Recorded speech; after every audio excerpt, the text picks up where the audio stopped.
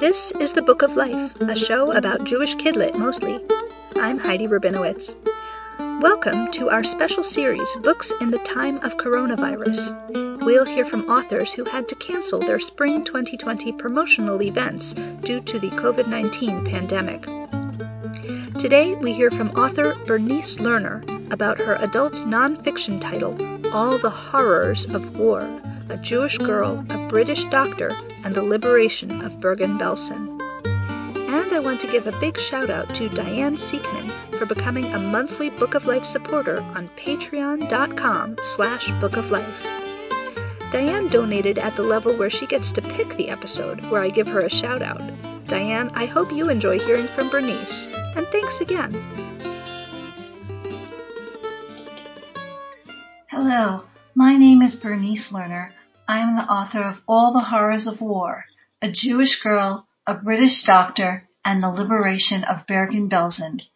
My book is being published April 2020 by Johns Hopkins University Press. I am from Cambridge, Massachusetts, and I was going to promote my book at Hebrew College, where I most recently served as Dean of Adult Learning, the Harvard Bookstore, various synagogues, and at Liberation 75, a major conference in Toronto. My mother, a Holocaust survivor and one of the book's protagonists, was scheduled to speak to many school and community groups. My book is a dual biography. It tells the story of my mother, Rachel Ginuth, who was deported with her family to Auschwitz at age 14, and Hugh Llewellyn Glyn Hughes, a high-ranking medical officer in the British Second Army. Focusing on the last year of the war, it follows Hughes and Rachel as they navigate their respective forms of hell until confronting the worst. After a death march, Rachel is deposited in Bergen-Belsen, and Hughes, following the Second Army's breach of the fortress of Germany, assumes control of the ghastly camp after a negotiated surrender. Through these individuals' dramatic journeys, wartime events are made accessible to a wide audience. The book is meant for students in high school and college and for adults who enjoy narrative nonfiction. I was inspired to write this book when I learned about Glyn Hughes. I had endeavored to find out the details of my mother's rescue. She had fallen unconscious and could not recall how she was saved. The man most prominently associated with Bergen-Belsen's liberation was Glyn Hughes, who turned out to be a little-known Oskar Schindler-type figure. A brilliant medical organizer, Hughes also had tremendous empathy for the dehumanized human beings he encountered in Bergen-Belsen. Survivors named the makeshift hospital for 14,000 deathly ill inmates the Glyn Hughes Hospital, and he came to be called the father of the Jewish survivors of Bergen-Belsen. On my book tour, I was planning to tell audiences some surprising facts.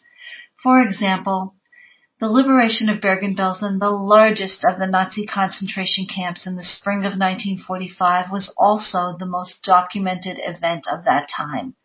Alfred Hitchcock was consulted on the filming. Another astonishing fact, Bergen-Belsen was turned over to the Allies 3 weeks before the war's end, an unprecedented development owed in part to the actions of Heinrich Himmler's masseuse. And one other consequential detail. Can you guess an item that made the greatest difference in survivors' morale after their basic needs, food, water, and shelter, were met? Can you guess? Lipstick. The cosmetic made the women feel human again, feel female. My book can be purchased online through Johns Hopkins University Press, which is now offering a 30% discount and free shipping.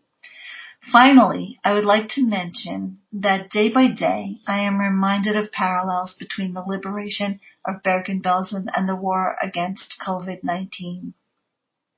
Of course, this seems like a stretch, but there were 3 serious epidemics, typhus, tuberculosis, and dysentery, raging at the notorious concentration camp. Unprepared rescuers had to work quickly to try to save as many lives as possible. With the novel coronavirus, we've learned how fast the world can change, how hospitals are scrambling to obtain scarce resources, how medical schools have accelerated the graduation of students so they can be brought in to help patients. Glenn Hughes and his men contended with scarce resources.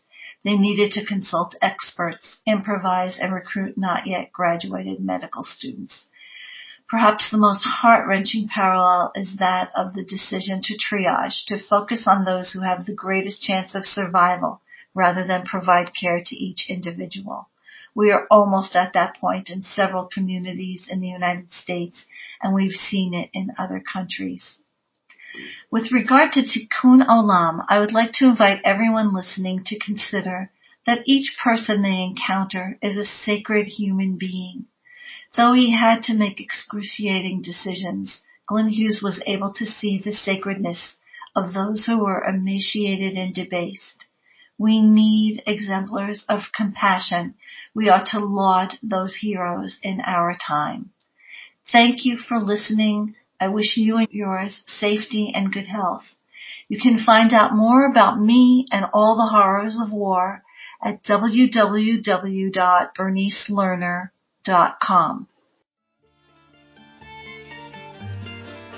If you write or illustrate Jewish books, and your new book's Spring 2020 promotional events have been canceled due to the pandemic, I invite you to take part in the Book of Life's special series, Books in the Time of Coronavirus.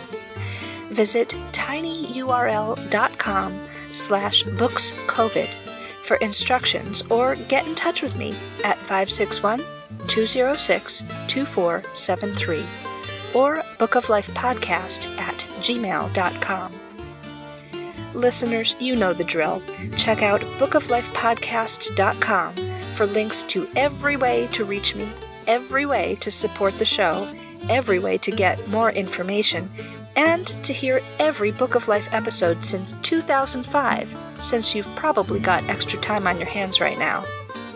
Thanks, as always, to the Freilachmakers Klezmer String Band for our background music. Please stay healthy, and everybody, please wash your hands.